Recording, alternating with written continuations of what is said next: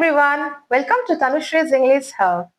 Now tell me, आपने कभी सोचा है खर्राटे लेना, हिचकी आना, चक्कर आना या हकलाना, इसे इंग्लिश में क्या बोलते हैं?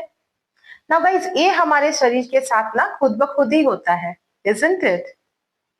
तो चलिए आज इंग्लिश में इसके नाम ही नहीं इनका सही इस्तेमाल सीखते हैं with real life English sentences and their Hindi meaning. So what are you waiting for? Go grab a notebook and let's get started. And the first one is हिचकी आना. हिचकी आने को हम hiccup बोलते हैं. All right? To hiccup. Now let's take a look at the example sentence. She suddenly got a hiccup while speaking. She suddenly got a hiccup while speaking.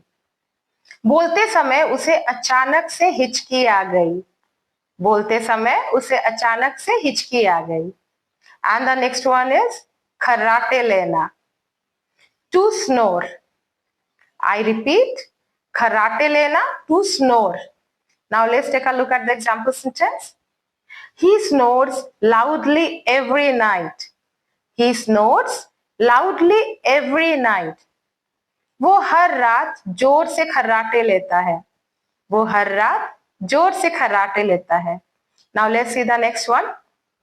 And the next one is जमाई आना. Now जमाई आना क्या है? Tell me guys. Yes, you got it right. इस action को बोलते हैं जमाई आना या उबासी आना. ऑलराइट, तो चलिए देखते हैं इंग्लिश में इसे क्या बोलते हैं. इंग्लिश में इसे बोलते हैं to Yon.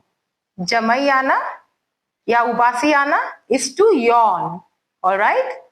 Now let's take a look at the example sentence. He yawned during the speech. He yawned during the speech. Speech के दौरान उसे उबासी आ गई या स्पीच के दौरान उसे जमाई आ गई.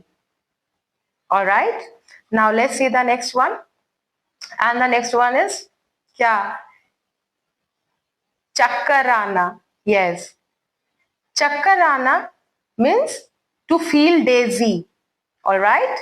To feel dizzy. Now let's take a look at the example sentence. I felt dizzy after standing up too quickly. I felt dizzy after standing up too quickly. तेजी से उठने के बाद मुझे चक्कर आ गई. तेजी से उठने के बाद मुझे चक्कर आ गया. All right?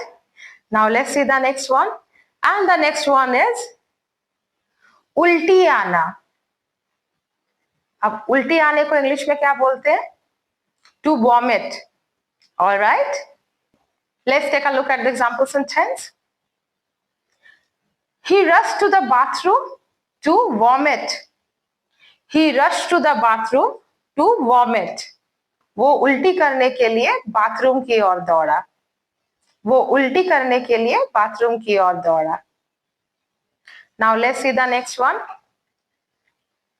And the next one is झपकी आना. हम कभी कभी ऐसा बोलते हैं ना, झपकी आ गई. Yes, झपकी आना. अब झपकी आने को इंग्लिश में क्या बोलते हैं? Any guesses? चलिए मैं बोलती हूँ. To take a nap or dozed off. Alright? To take a nap or dozed off. Now let's take a look at the example sentences. I took a nap after the lunch. I took a nap after the lunch. मैंने दोपहर के खाने के बाद झपकी ले लिया. मैंने दोपहर के खाने के बाद झपकी ले लिया. और झपकी लेने को समटाइम्स हम डोज्ड ऑफ भी बोलते हैं.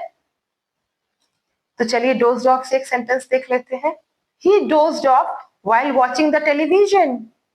He dozed off while watching the television. TV देखते समय उसे झपकी आ गई. टीवी देखते समय उसे झपकी आ गई या फिर टीवी देखते देखते उसने झपकी ले ली. ऑलराइट, चलिए देखते हैं अब next one. And the next is खांसी होना. अब खांसी होना को इंग्लिश में क्या कहते हैं? खांसी होना को इंग्लिश में कहते हैं to cough. Alright, to cough. Now let's take a look at the example sentence. He has been coughing since morning. I repeat, he has been coughing since morning. उसे सुबह से ही खांसी हो रही है. उसे मॉर्निंग से ही खांसी हो रही है. Now let's see the next one. And the next one is जो हम अक्सर बोलते हैं, isn't it? हकलाना. Yes. चलिए देखते हैं हकलाने को इंग्लिश में क्या बोलते हैं. To stammer. Yes. हकलाने को इंग्लिश में बोलते हैं to stammer. Now let's take a look at the example sentence. Don't make fun of someone who stammers. Don't make fun of someone who stammers.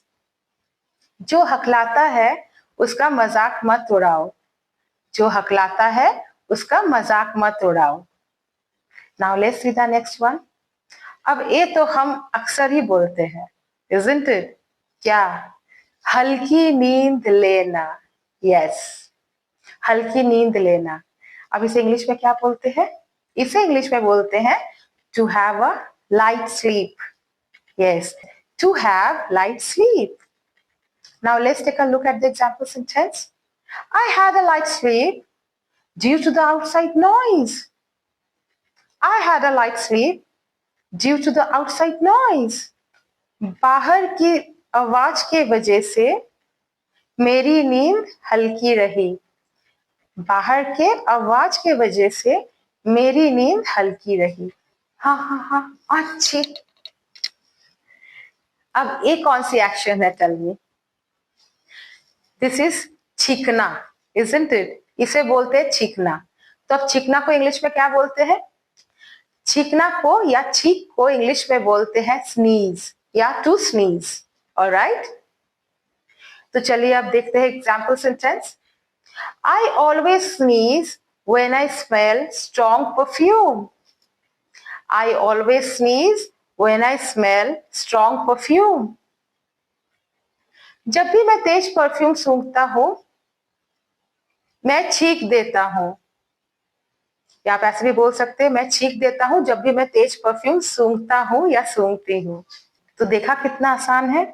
बस मेरे साथ प्रैक्टिस कीजिए और अब से जब भी इन एक्शंस के बारे में आपको बात करना हो, do use this sentences. Alright.